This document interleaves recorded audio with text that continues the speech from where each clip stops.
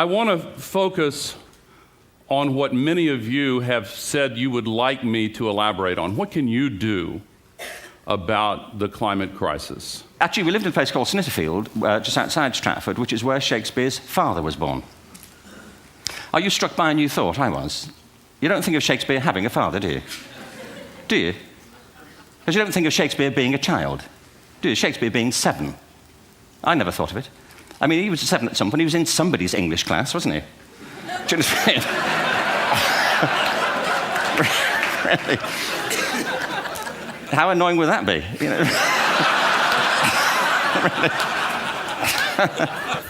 Must try harder. And imagine all of the relationships in the external world and any stressors related to any of those, they were gone. And I felt this sense of peacefulness. And imagine what it would feel like to lose 37 years of emotional baggage. Oh, I felt euphoria. And in that moment, my right arm went totally paralyzed by my side.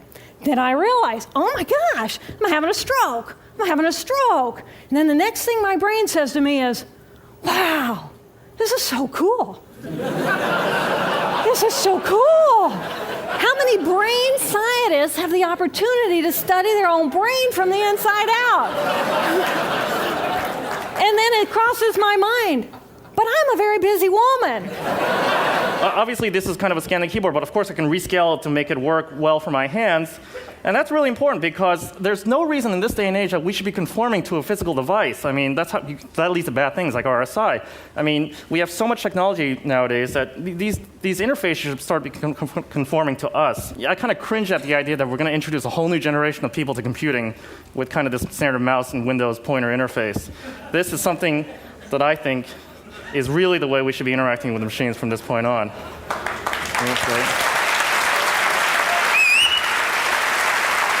Today, we've only explored about 3% of what's out there in the ocean. Already, we found the world's highest mountains, world's deepest valleys, underwater lakes, underwater waterfalls. A lot of that we shared with you from the stage. And in a place where we thought no life at all, we find more life, we think, in diversity and density than the tropical rainforest, which tells us that we don't know much about this planet at all. Here's some algae in the foreground, and an octopus. Isn't that amazing?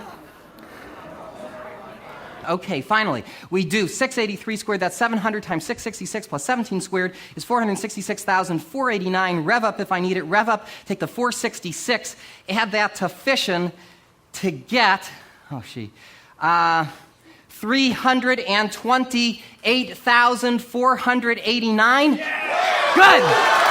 What the point here really is that we can do things with the social environment and link all of that together. All of those photos become linked together, and they make something emergent that's greater than the sum of the parts. Each of these orange cones represents an image that was discovered to belong to this model. And so these are all Flickr images, and they've all been related spatially in this way. And we can just navigate in this very simple way.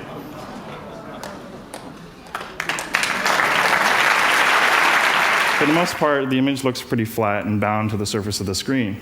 But if we turn on head tracking, the computer can change the image that's on the screen and make it respond to the head movement. So let's switch back to that.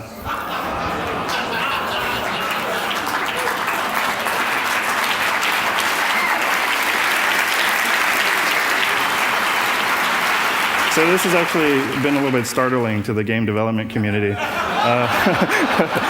Because this is about $10 of additional hardware if you already have a Nintendo Wii. When you fail to achieve a goal, what's the reason people say they failed to achieve? What do they tell you? Didn't have the knowledge, didn't have the time, didn't have the money, didn't have the Supreme Court. Didn't have the Supreme Court.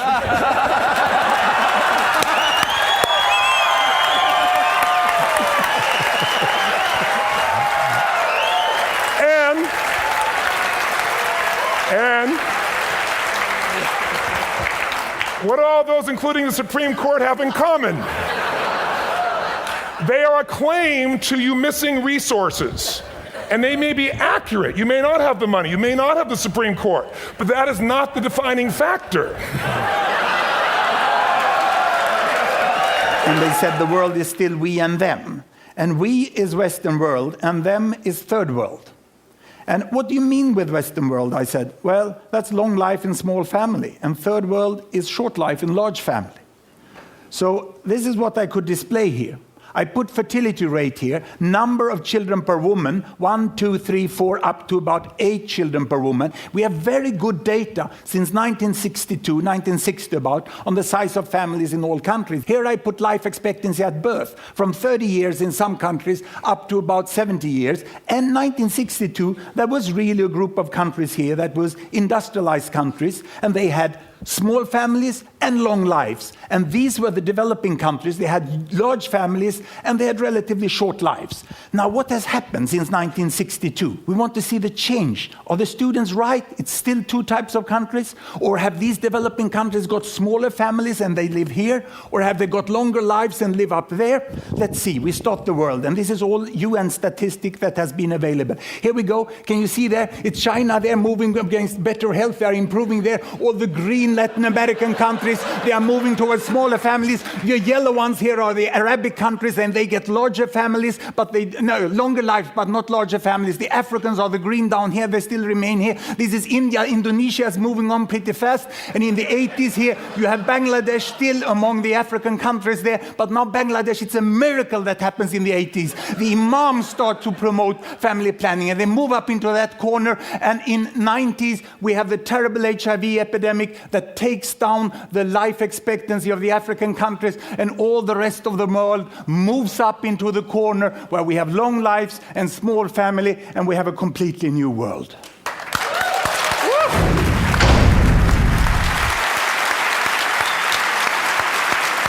And I thought that was an idea worth spreading.